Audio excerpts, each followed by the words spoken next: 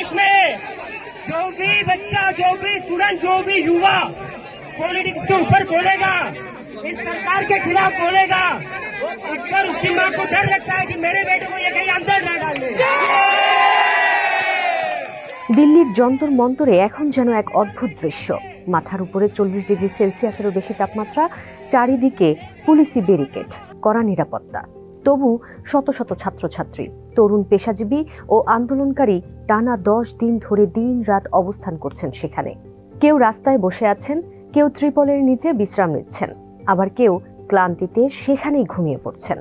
এটি শুধু একটি বিক্ষোভ নয়, এটি এমন এক আন্দোলন যার অংশগ্রহণকারীরা নিজেদের পরিচয় দিচ্ছেন ককরোচ বা তেলাপোকা হিসেবে।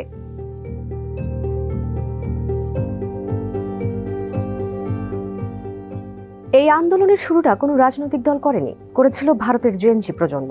মে মাসের মাঝামাঝি সময়ে ভারতের প্রধান বিচারপতি সূর্যকান্ত একটি মন্তব্য করে তীব্র ক্ষোভের জন্ম দেন। তিনি সাংবাদিকতা ও সমাজ সেবার দিকে ঝুঁকতে থাকা কিছু বেকার তরুণকে তেলাপোকা এবং পরজীবীর সঙ্গে তুলনা করেন।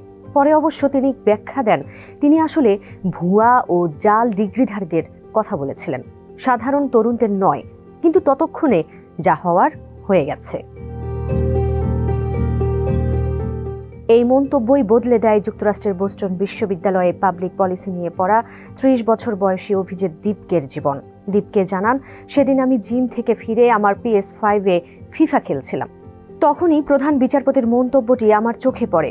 কিছুটা হতাশ আর হতবাক হয়ে আমি এক্সে এক লাইনের একটি পোস্ট লিখলাম, যদি সব তেলাপোকা এক হয়ে যায়।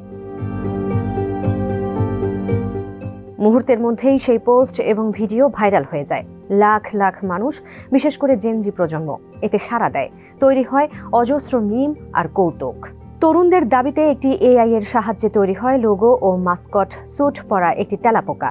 আর ভারতের শাসক দল ভারতীয় জনতা পার্টি BJP-কে ব্যঙ্গ করে নাম দেওয়া হয় ককরোচ জনতা পার্টি বা CJP।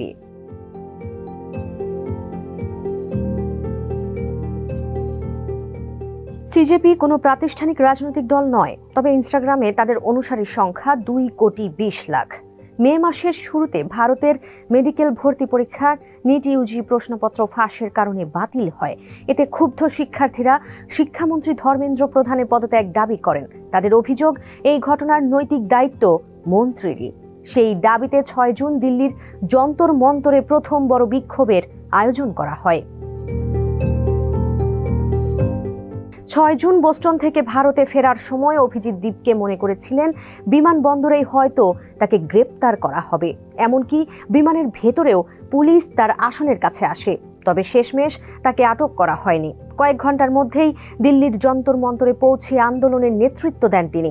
এরই মধ্যে ভারতের অন্তত 6টি শহরে বিক্ষোভ করেছে CJP। 21 জন সরকার নিট UG পরীক্ষার পুনঃপরীক্ষা নিলেও শিক্ষার্থীদের ক্ষোভ কমেনি। অন্যদিকে শিক্ষামন্ত্রী ধর্মেন্দ্র প্রধান পদত্যাগ করতে অস্বীকৃতি জানান এবং আন্দোলনকারীদের বিশৃঙ্খলা সৃষ্টিকারী গোষ্ঠী বলে মন্তব্য করেন। আর বিজেপি সভাপতি নীতিন নবীন আরও কঠোর ভাষায় বলেন, দেশের ক্ষতি করতে নতুন ভাইরাস ও তেলাপোকার মতো কিছু সংগঠন তৈরি হচ্ছে।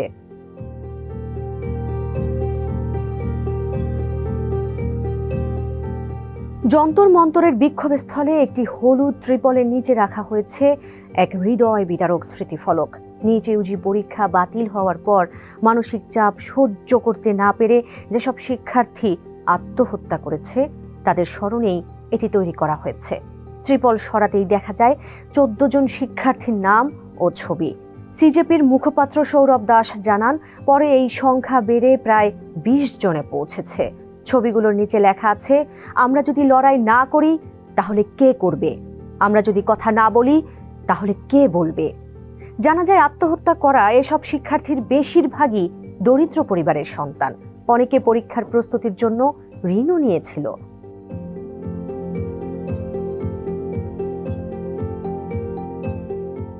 28 জুন এই আন্দোলন এক অভূতপূর্ব মোড় নেয়। বিখ্যাত বলিউড চলচ্চিত্র 3 ইডিয়টস এর ফুংসুক ওয়াংরু চরিত্রের আসল অনুপ্রেরণা হিমালয় অঞ্চলের লাদাখের জলবায়ু কর্মী ও শিক্ষাবিদ সোনাম ওয়াংচুক এই আন্দোলনে যোগ দেন।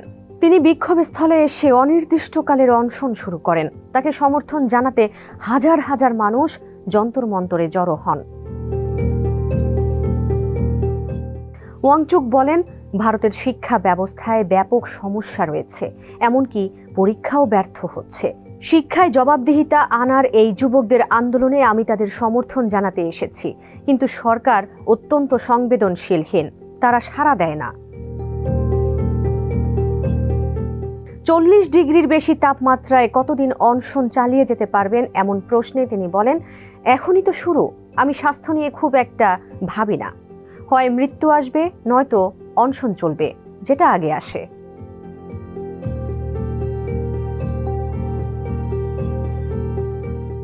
সন্ধ্যা নামার সঙ্গে সঙ্গে যন্তর মন্তরে মানুষের ভিড় আরও বাড়ে। আন্দোলনকারীদের জন্য খাবার ও পানি পাঠিয়ে সাহায্য করেছেন ছাত্র সংগঠন ও সাধারণ নাগরিকরা।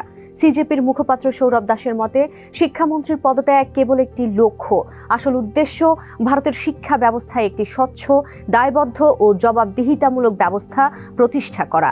এই লড়াই জিততে দিন, সপ্তাহ এমনকি মাসও লেগে যেতে পারে। এখানে যারা মাঠে আছেন আর যারা অনলাইনে আমাদের সমর্থন করছেন সবাই জানেন এটি একটি যুদ্ধ, আর যুদ্ধ কখনো অল্প সময়ে জেতা যায় না।